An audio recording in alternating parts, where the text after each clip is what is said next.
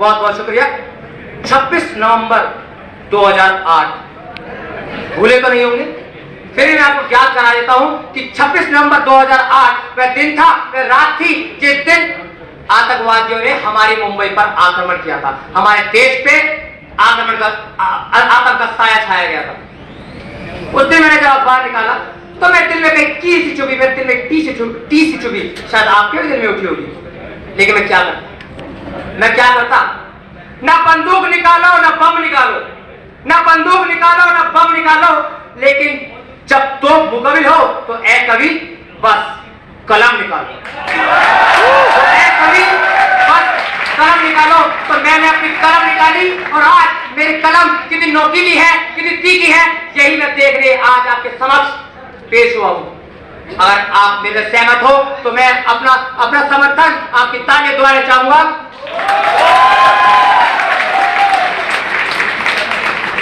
कि कलम उठाकर कलम का ये अपमान नहीं मैं कर सकता, कलम उठाकर कलम का ये अपमान नहीं मैं कर सकता। मुख खोल दूं तो शब्दों को बेईमान नहीं मैं कर सकता। कलम उठाकर कलम को मैं अपमान नहीं मैं कर सकता। अगर मुख खोल दूं तो शब्दों को बेईमान नहीं मैं कर सकता। अरे कितनी ही रातें बीत जाए, अरे कितनी ही रातें बीत जाए, पर वो शाम नहीं भूल सकता मैं। और इन नेताओं के झूठे मूठे खोखले आश्वासन में बिल्कुल नहीं झूल सकता मैं। इन नेताओं के झूठे मूठे खोखले आश्वासन में बिल्कुल नहीं झूल सकता मैं। इतना बड़ा कांड हो जाए देश में और हमारे नेता भाषण आश्वासन ही देते रहेंगे, करेंगे करेंगे करेंगे। अरे कोई पूछे करेंगे तो सही, कब करेंगे? जब आने वाली नस्लों का इतना गंदा दौर आ जाएगा कि उन्हें संभालते संभालते उनकी कमर टूट जाए, तब करेंगे? अरे कलम उठाए कलम का मैं अपमान नहीं मैं कर सकता। मुख खोल दूं तो शब्दों को बेईमान नहीं मैं कर सकता। कितनी रातें बीत जाए परंतु वो शाम नहीं, वो रात नहीं भूल सकता मैं। नेताओं के खोखले और झूठे आश्वासन में बिल्कुल नहीं झूल सकता मैं। अरे क्या कुत्तों के गुर्राने से शेर कभी घबराए हैं? अरे क्या कुत्तों के गुर्राने से शेर कभी घबराए हैं? चार चुगली के थूकने से क्या सूरज देवता मुरझाए हैं? थूकने से क्या सूरज देवता मुरझाए हैं? अरे विषम परिस्थितियों में भी इन हिंदुस्तानियों के कदम कभी लड़खड़ाए नहीं। हाँ, मुंबई पे गम के बादल छाए तो सही, लेकिन देश पे कदापि छाए नहीं, देश पे कदापि छाए नहीं। ताजों का ताज सरताजों का समान था। देश के हर एक नागरिक को जिस पर अभिमान था, हर धर्म के मेहमानों का जो अभिनंदन करता था, हाथ फैलाए अतिथिगण का स्वागत वंदन करता था। परंतु आज वही ताज हमसे चीख चिल्लाता है, वही ताज हमसे चीख चिल्लाता है और हमसे केवल एक ही प्रश्न उठाता है कि जिनकी जहां औकात नहीं थी वे देश में अंदर कैसे आ गए? और चार कुत्ते शेर की मांग से निवाला छीन के कैसे खा गए? जिनकी जहां औकात नहीं वे अंदर कैसे आ गए? और चार कुत्ते शेर की मांग से निवाला छीन कर कैसे खा गए? खैर, लेकिन कुछ भी हो, देश में कितनी भी गंदी परिस्थिति आ जाए, कितना भी विषम कठिनाई आ जाए, लेकिन एक चीज है जो हमेशा देश में बनी रहती है। वो क्या? एकता नहीं, अखंडता बिल्कुल नहीं, कदापि नहीं। सांप्रदायिक दंगे एक ऐसी चीज है जो देश में 12 मास हर सीजन में कभी भी ले लो, हमेशा मिलेगी। बस भेड़ की तरह हाथ दिया कि ये तुम्हारा भाई है, लेकिन इसकी भाषा अलग है, काट दो, काट दिया। ये तुम्हारा भाई है, इसका धर्म अलग है, काट दो, काट दिया। परंतु पड़ोसी मुल्क 4 किराए के गुंडे लेके मुंह पे तमाचा मार गया तो अब कुछ नहीं कर पाए। पर हम अपने भाइयों को काट देते, काट सकते तो उसका कारण है। कारण इसलिए है कि जब माताओं के कटेंगे लाल और कन्याकुमारी से जम्मू कश्मीर से कन्याकुमारी तक खून से होगा देश बेहाल, तभी तो दिखेगी ना एकता, तभी तो दिखेगी ना अखंडता।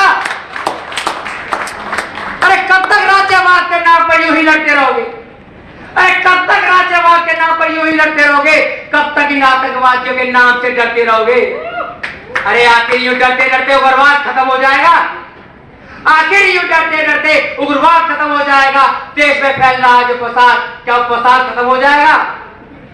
कल ताज की बारी थी, कल ताज की बारी थी, लेकिन कल शायद तुम्हारी ही बारी है। और देश बचाना इन सैनिकों की नहीं, कुछ हमारी भी जिम्मेदारी है, कुछ हमारी जिम्मेदारी है, कुछ तुम्हारी जिम्मेदारी है, कुछ मेरी जिम्मेदारी है।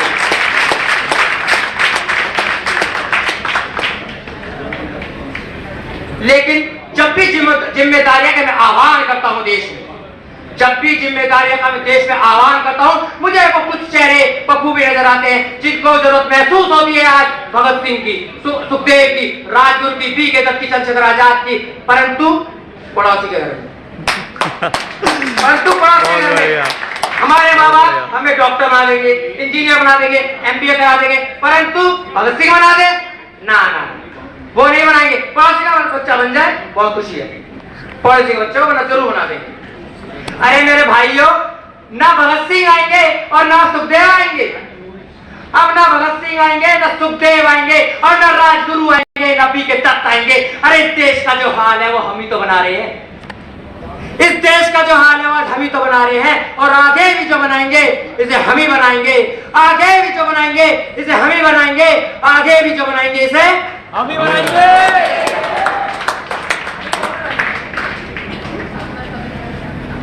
लेकिन एक बात है कि मौत के मुंह में जाकर क्या हेमंत करकरे नहीं लड़े थे क्या?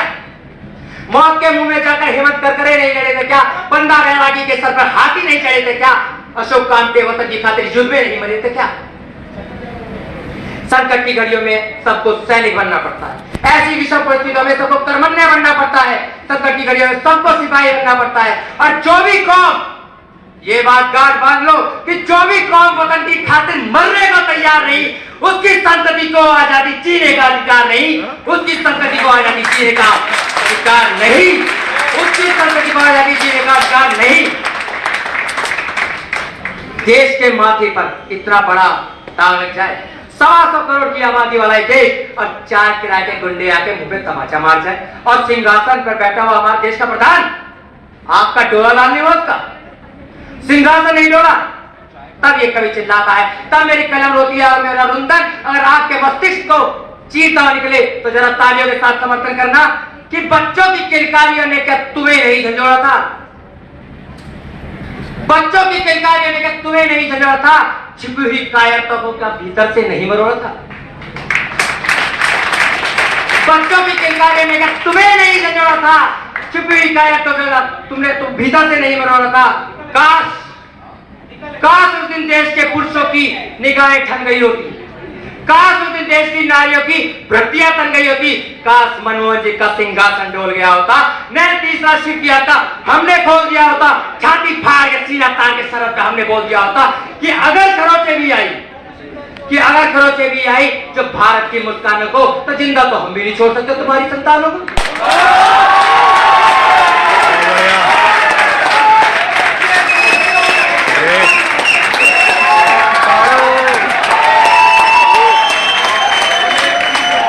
काश देश के पुरुषों की निगाहें ठन गई होती, काश देश की नारियों की भ्रतियां तन गई होती, काश मनमोहन जी का सिंहासन डोल गया होता, मैंने तीसरा शिव किया था, हमने बोल दिया होता, छाती फाड़ के सीना तान के हमने बोल दिया होता कि अगर खरोचे भी आए तो भारत की मुस्कानों को, तो जिंदा तो हम भी नहीं छोड़ सकते तुम्हारी भी संतानों को। अगर ऐसा करते तो भारत के गौरव पे 4 तुम्हें लगते दिखते, जगमग जगमग चंदा सूरज तुम्हें यूं ही झुकते दिखते। हिंदुस्तान का ताज कभी भी शर्म से ना झुकता, आतंकियों का आतंक उसी समय से रुकता दिखता। लेकिन भारत को तो केवल समझौता ही आता है, लेकिन भारत को तो केवल समझौता ही आता है, गाल पे चाटा खाकर दूसरा गाल दिखाना आता है। लेकिन भारत को तो केवल समझौता ही आता है, गाल पे चाटा खाकर दूसरा गाल दिखाना आता है। अरे बंद करो ये गाली बात, कहीं भगत सिंह की भाषा बोल दो, अब तो जंग खा रही है तो फिर कहीं उनका तो मुंह खोल दो, ऐसे जंग खा रही है जिसको पे कभी उनका भी तो मुंह खोल दो, और बस 2 दिन की मोहलत दे दो सेना को तैयारी की, और 2 दिन की मोहलत दे दो सेना की तैयारी की। खुदा कसम अमन चैन की जिंदगी खैर नहीं होगी, और जिनको तिरंगे से बदबू आती हो उनकी खैर नहीं होगी, जिनको तिरंगे से बदबू आती हो उनकी खैर नहीं होगी, जिनको तिरंगे से बदबू आती हो उनकी खैर नहीं होगी।